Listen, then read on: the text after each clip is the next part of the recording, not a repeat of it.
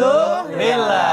Alhamdulillah jamaah, masih di Islam itu Indah dan hari ini kita sedang membahas tema doa kok maksa. Masya Allah. Ini dari tadi pembahasan kita, Masya Allah, banyak ternyata yang harus diperhatikan kalau kita sedang berdoa atau meminta kepada Allah, terutama adab-adab dalam meminta sesuatu kepada Allah. Masya Allah. Jadi jangan sembarangan, bener nggak Ustadz Syam? Iya. Nah, ini ada yang pengen saya tanyain lagi nih Ustadz Syam, Afan nih.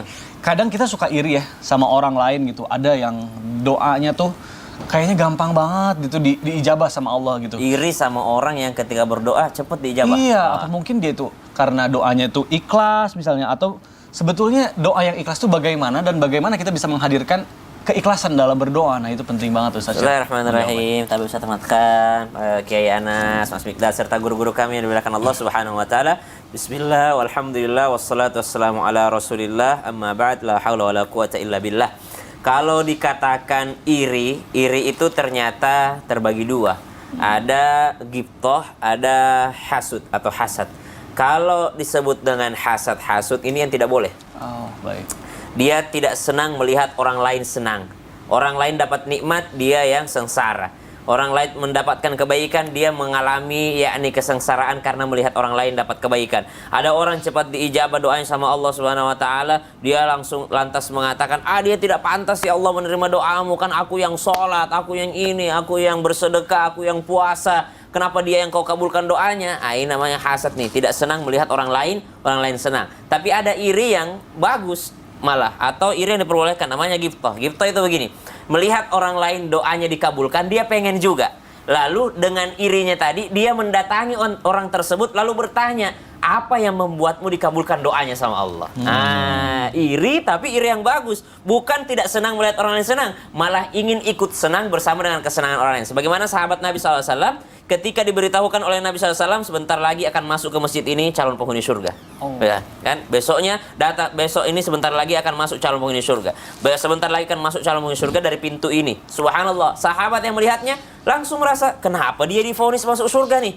Dia masih hidup, padahal kami yang bersama dengan Nabi, kami yang ngaji sama Nabi, kami yang duduk sama Nabi, kemana-mana Nabi pergi kami yang ikut. Kenapa malah dia yang divonis penghuni surga? Kami tidak pernah ditentukan jadi penghuni surga. Akhirnya sahabat ini iri, irinya yang bagus, iri ghibthah. Dia mendatangi orang tersebut rumahnya, mencari tahu apa amalannya orang ini sehingga divonis sama Nabi SAW masuk surga, divonis sama Nabi sebagai penghuni surga. Apa amalan istimewanya? Nah, ketika melihat orang lain cepat diijabah doanya sama Allah Subhanahu wa taala, iri boleh, namun irinya diarahkan kepada kebaikan. Coba cari tahu apa amalannya. Mungkin ada amalan rahasianya yang cuma dia dan Allah yang tahu amalan tersebut, sehingga Allah Subhanahu wa taala juga lekas mengabulkan doanya sesuai dengan keinginan orang tersebut dan selaras dengan keinginan Allah Subhanahu wa taala. Itu yang pertama. Yang kedua, kalau dikatakan bagaimana caranya menghadirkan rasa ikhlas, orang yang sudah berdoa kepada Allah Subhanahu wa taala insya Allah sudah ikhlas itu.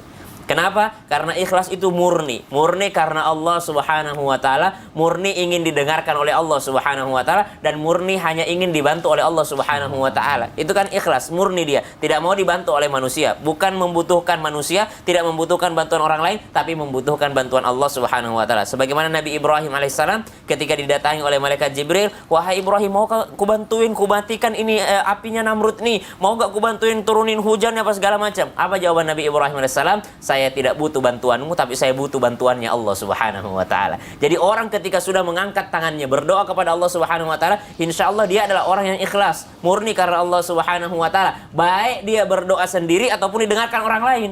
Baik dia berdoa secara lirih ataupun dia berdoa secara berjamaah. Jadi jangan mengatakan, doa berjamaah tidak ikhlas. Tidak, belum tentu. Kenapa? Nabi Musa alaihissalam ketika mendoakan Nabi Harun alaihissalam, itu mendoakan di depan banyak orang. Mendoakan Nabi Harun, Rabbi gfirli wali akhi, ya Allah ampuni dosaku, ampuni juga ini saudaraku ya Allah. Jadi doa berjamaah, doa sendiri-sendiri, jangan kita vonis yang berjamaah tidak ikhlas, belum tentu. Kenapa? Karena orang kalau sudah mintanya sama Allah, itu otomatis berarti dia ikhlas karena Allah Subhanahu wa taala. Wallahu taala a'lam. Masya Allah. Tapi kira-kira lebih baik mana Ustadz Syam? Berdoa sendiri apa berdoa rame-rame nih? Tergantung, kalau permintaannya agak personal ya sendiri. Gitu kan. Jangan permintaan personal ngajak-ngajak orang. orang. Ah, Ya kan? iya, Ya Allah, jadikanlah aku orang terkaya di kampung ini. Orang sekampungnya amin. Ya. Jadi yang lain tidak ada kesempatan jadi terkaya. Udah persoalan. Baik, baik. Masya Allah. Terima kasih Ustaz Syah penjelasannya. Baik jamaah, Masya Allah akan kita lanjutkan pembahasan kita. Tapi sebelumnya saya mau ajak dulu jamaah untuk nonton dulu tayangan berikut ini. Silakan. Itulah yang kita bilang tadi tuh. Kenapa kenceng-kenceng doanya? Kenapa nggak di dalam hati aja? Jadi istrinya denger. Baik, Ustadz Anas Kurdi, apa nih izin bertanya? Ini biasanya kebanyakan orang rata-rata pasti setiap doanya apa setelah sholat itu pasti minta ditambahkan nikmat rezekinya ditambahkan gitu ya. Padahal ya mungkin kita juga nggak sadar bahwa rezeki yang udah Allah kasih banyak sekali ke kita gitu. Tapi untuk orang-orang yang selalu minta ditambahkan rezekinya, apakah ini termasuk menjadi orang yang kufur nikmat atau memang ya gimana ya? Kita kan namanya hidup ya sekarang apa-apa serba naik gitu ya. Apakah kita nggak boleh minta ditambahkan rezeki atau gimana sih? Nah, Ustadz mohon penjelasannya dulu, silakan. Ya, kalau berbicara kita ini bagaimana supaya kita bisa bertambah rezeki kita. Nah. Itu kan biasa tuh. Betul, betul. Semua orang pasti. Padahal di konteks ayat udah dijelasin nama Allah. La in syakartum la azidannakum. Syukur aja apa yang Allah kasih, pasti Allah tambah. Yang tadinya 1 bisa jadi 2, Ahmad ya. Karena apa? La in syakartum, konsepnya syukurin. Kalau kita sudah bersyukur dari apa yang kita dapatkan, insya Allah pasti ditambah. Dan ketika kita minta tambah, bahasa kadang-kadang berbicara rizki, selalu bicaranya duit. Iya benar. Selalu materi. Padahal rizki itu kan tidak hanya materi, apapun yang membuat kita bisa melakukan aktivitas rizki dari Allah. Ini luar biasa. Terkadang nih dalam benak kita, ya Allah saya pengen tambahin rizki, apaan sih? Duit. Nah ngomong aja, minta duit, kan gitu. Ya. Jadi bolehkah orang meminta bertambah rizki? Boleh. Iya. Tapi kalau bisa dikaitkan dengan apa? Kalau seandainya ya Allah saya jadi orang yang terkaya, ya Allah kalau saya rizki saya meningkat, ya Allah kalau saya sehat, minta tambahkan. Kalau saya jadi orang yang terkaya, ya Allah rizki kau tambah, ya Allah saya akan menjadi orang yang pandai bersedekah. Masya Allah. Ya Allah kalau seandainya saya tambahkan kesehatan saya, ya Allah saya akan beribadah sujud kepadamu, ya Allah. Nah, itu kan semakin bertambah, Allah pasti akan tambah, yakin. Amin. Ya, bukan berarti nggak boleh. Apakah termasuk bagian daripada kufur nikmat? Kufur nikmat itu apabila sudah diberikan oleh Allah nikmat yang sudah kita minta, kemudian tidak dijalankan sesuai dengan apa yang diperintahkan oleh Allah. Dikasih sehat, bukan malah sujud, dekatkan diri kita kepada Allah, malah ketika diberikan sehat, jauh dari Allah. Ini namanya kufur daripada apa yang sudah Allah kasih nikmat. Ketika dia minta kaya, kemudian Allah kasih kekayaan, sombongnya luar biasa. Padahal kan sudah digambarkan oleh Allah di dalam Al-Quran. Ada Qarun yang diberikan oleh Allah kekayaan yang luar biasa. Padahal Qarun itu orang miskin dari dasarnya. Kemudian diberikan kekayaan oleh Allah, muncul kesombongannya. Allah jatuhkan Qarun, nggak tanggung-tanggung, ditenggelamkan semuanya di dalam tanahnya Allah. Makanya kalau ada orang yang meminta lebih dari apa yang sudah dia minta, sudah dia dapatkan, apakah termasuk kufur nikmat? Konsep daripada kufur nikmat adalah apa yang sudah Allah kasih kemudian tidak dijalankan sesuai dengan perintah Allah, itu namanya kufur nikmat. Kita minta lebih boleh kok, nggak apa-apa. Ya Allah, saya pengen jadi orang yang begini, ya Allah. Boleh. Iya, boleh. Bukan dilarang. Masya Allah. Biasanya, ya kan, al-mu'minul qawi khairum min mu'minil da'if. Orang mukmin yang kuat, orang mukmin yang gagah, orang mukmin yang kaya, orang mukmin yang punya kemampuan lebih, itu lebih baik dibandingkan orang mukmin yang lemah. Semakin kekuatannya ada, semakin kehebatannya ada, bisa menjadi penolong buat ajaran agama Allah, dan bahkan bisa dia menjadi penolong-penolong ajaran-ajaran agama Allah di muka bumi ini. Kan pentingnya itu. Yang terpenting di saat kita berdoa, ambil pelajaran. Pertama kita ambil pelajaran bagaimanakah Nabi Allah Zakaria ketika Allah belum berikan dia keturunan. Nabi Zakaria diponis, semua orang nggak yakin Nabi Zakaria dalam usia semacam itu bisa melahirkan istrinya, nggak mungkin. Tapi Nabi Zakaria luar biasa, dia yakin ada Allah. Makanya Nabi mengajarkan kepada kita, Kalau kita ada kebutuhan yang teramat sangat mendesak, kata Nabi, baca ya Hayyu ya Qayyum birahmatika astaghis. Insya Allah pasti Allah akan lipat gandakan dari apa yang kita minta.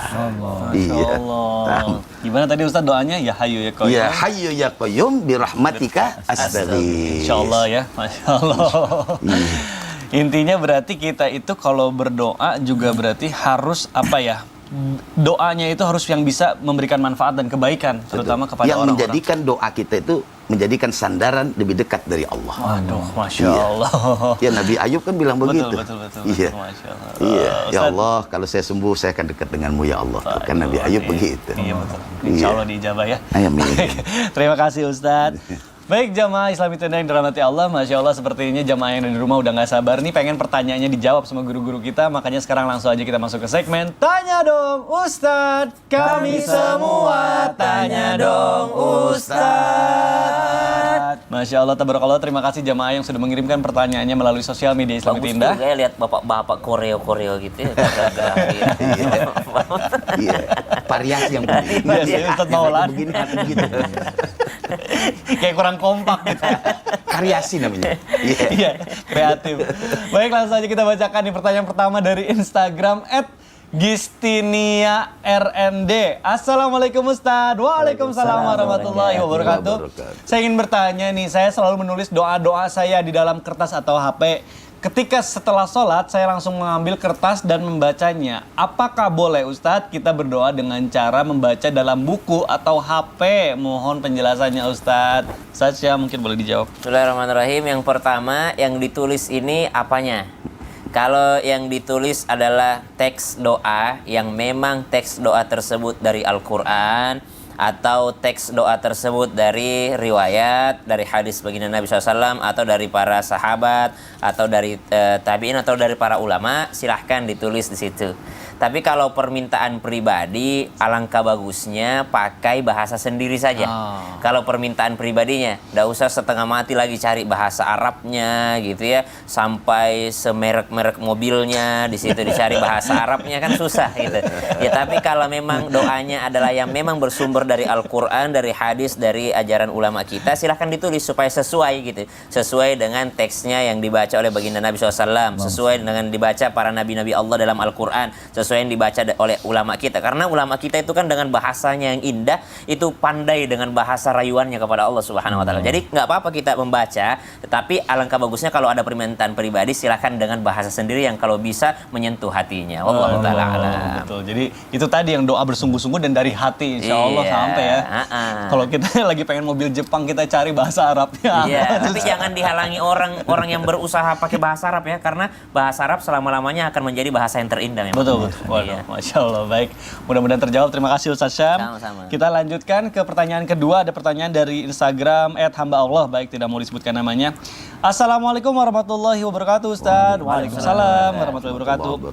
Mengapa doa orang-orang yang tersakiti dikabulkan oleh Allah? Padahal doanya kan sama dengan memberikan azab kepada orang yang telah menyakitinya. Dan kalau dikabulkan, apakah yang mendoakan akan mengalami nasib yang sama? Padahal doanya kan keburukan. Waduh, pertanyaannya Masya Allah. Ustadz Ahmad kan mungkin boleh jawab melalui tausiah. Yang jawab yang pernah terzolimi. Bumerang efek ini. Jamaah Islami Tenda yang dirahmati oleh Allah Subhanahu Wa Taala. Perlu kita ketahui bahwasanya ketika Allah Subhanahu Wa Taala mengkabulkan doa orang yang terzolimi, maka bukan berarti orang yang terzolimi itu dia harus mendoakan doa yang buruk kepada orang yang menzoliminya. Justru seharusnya orang yang terzolimi di saat doanya dijabah oleh Allah Subhanahu Wa Taala, Al-Imam Ghazali menyarankan untuk dia berdoa kebaikan untuk dirinya.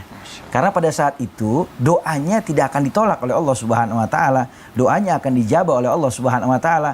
Maka daripada digunakan untuk menzalimi orang lain lagi dengan doa keburukan, maka sama saja orang yang menyakiti dengan kita membalas keburukan orang, maka kita tidak berbeda dengan dia, tapi gunakan untuk mendoakan yang baik buat kita. Maka ini yang dianjurkan oleh Al-Imam Ghazali. Pantaslah di dalam hadis baginda Rasul Nabi Muhammad SAW, Rasulullah SAW menjelaskan sebagaimana dikutip oleh Al-Imam Nawawi rahimahullah taala di dalam kitab Maraqil Ubudiyah, syarah daripada kitab Bidayatul Hidayah karangan Imam Ghazali. Di situ dikatakan bahwasanya fahfat lisanaka la tad'u ala ahadin wa in dhalamaka. Dan hendaklah kamu sebagai seorang mukmin menjaga lisanmu. Jangan sekali-kali kamu mendoakan doa buruk kepada orang lain, sekalipun orang yang kamu doakan buruk itu adalah orang yang menzolimi kamu.